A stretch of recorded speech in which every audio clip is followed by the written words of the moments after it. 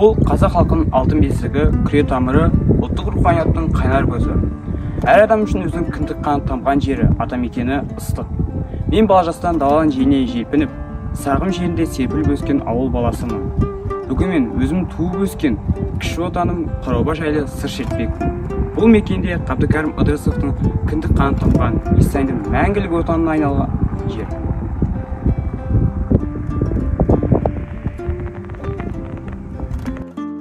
Қараоба Ақтоғай ауданына қарасты ауыл. Бұрынғы Спартак совхозының орталығы. Совхоз 1957 жылы бірлік Спартак Қараоба МТС Победа колхоздары негізінде құрылған. Бұрынғы Спартак атауы еліміз тәуелсіздік алған алғашқы жылдарда Қараоба болып өзгертілген. Қазақ даласын әр төбесі, әр белесі ертегі, топырағын басып қалсам бір ертегі шертеді деп, ақын Мұхтар Шаханов жырлағандай, Қараоба ауылының да тарихы тым тереңде жатыр. Ауылымыздың Қараоба деп аталу себебінің бірнеше нұсқасы бар. Бір деректерде оба атауы ашаршылық жылдарында таралған аурумен байланыстырылса, енді бір деректерде оба зират, қорым мағынасында жұмсалады. Обаларға байланысты біздің маңымызда аталу себебі сол шығар. Қараоба деп аталуы. Бұл жерде ата-бабаның қонысы болды.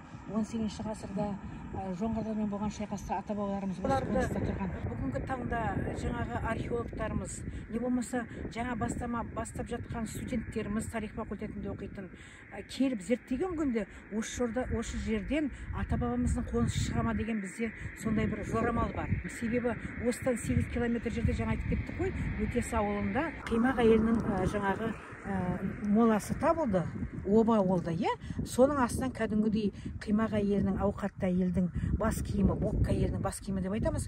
Оны біз бүгін күні оқушыларымыз жаңашылдығын көрсеткенде, боққа әйелінің бас киімі ол не дейді? Ол жаңағы бүгінгі сәукеле деп осылай дәлелдей алдық. Бірнеше жаңағы жерлерге барып, өздерінің жұмыстарын қорғаған кезде оқушыларымыз.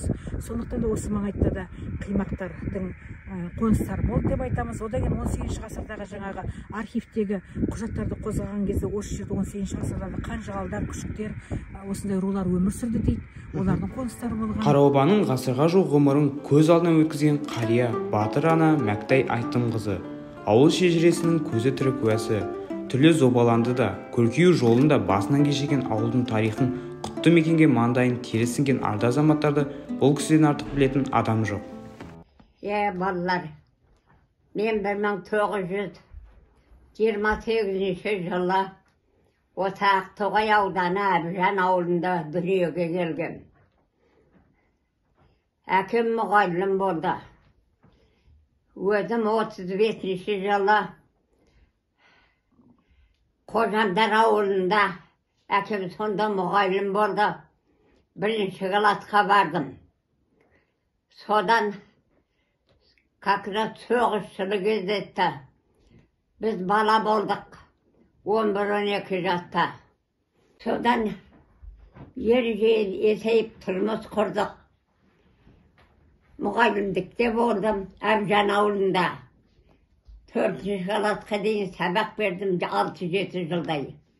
Одан 75-ші жылы осы Спартак Қараоба ауылына көшіп келіп 6-7 баламыз бар. Олар осында өксіш жолдан. Әкелсін елімізге құт береке.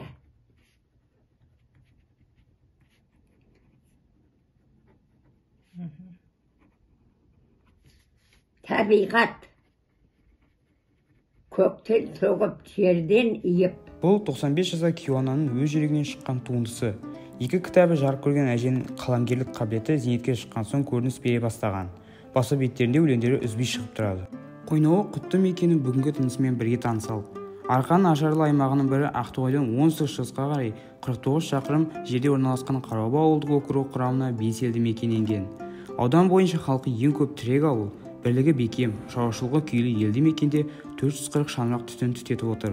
Жылдан жылға жаңадан салынып жатқан үйлердің қатары көбейіп, халық саны артуда. Қараоба ауылында әкімшілік, мектеп, мәдениет үйі, кітапхана, дәрігерлік амбулатория, медициналық пункт, мешіт, дүкендер, пошта, спорт алаңы, шағын футбол алаңы, Ұлы Отан соғысы ардагерлеріне арналған ескерткіш бар. Осылардың ішінде ерекше орын алатыны сәні мен салтанаты жарасқан білім ордасы Қараоба орта мектебі. Мектептің іргетасы 1956 жылы қаланды. Тәуелсіздік жылдарына дейін Спартак орта мектебі аталып, 1992 жылы Қараоба орта мектебі атауына ауыстырылды. Алғашқылардың бірі болып мектебімізді Ташимов Нұриден Тәшімұлы басқарды. Одан кейінгі уақытта Файзулина Сабира Фазузана басшылық еткен жылдары мектепте тәжірибелі, білікті мұғалімдер қызмет атқарды. Бұл кезеңде Қараоба орта мектебінің аты облыс, республика көлемінде танымал болып, ең үздік олимпиадалық команда, ең үздік ауылдық мектеп сияқты марапаттарға ие болды. Бүгінгі күнде де Қараоба орта мектебі аудан мектептері арасында алдыңғы қатарда. Ауылымызда біліммен қатар спорт та басты назарға алынған. Әсіресе футбол ойыны ауылдастарымыздың өмірінде ерекше орын алады. Бұлай болу заңды да. Себебі Спартак футбол командасының атағы кезінде кеңес елдерінің көлеміне жайылған болатын. Сол уақыттан бері ардагер футболшылардың ізін басып, дәстүрін жалғап келе жатқан жастарымыз футбол ойынының қыр-сырын тануда. Осы мақсатта 2014 жылы ауылымызда шағын футбол алаңы салынып, ұлдар мен қыздарымыз футболдан облыстық, республикалық деңгейдегі жарыстарда топ жарып жүр. Қараоба ауылының ендігі бір даму саласы ауыл шаруашылығы. Экономикаға да, руханиятқа да үлесін қосып отырған келі ауылда 40 шаруа қожалығы бар.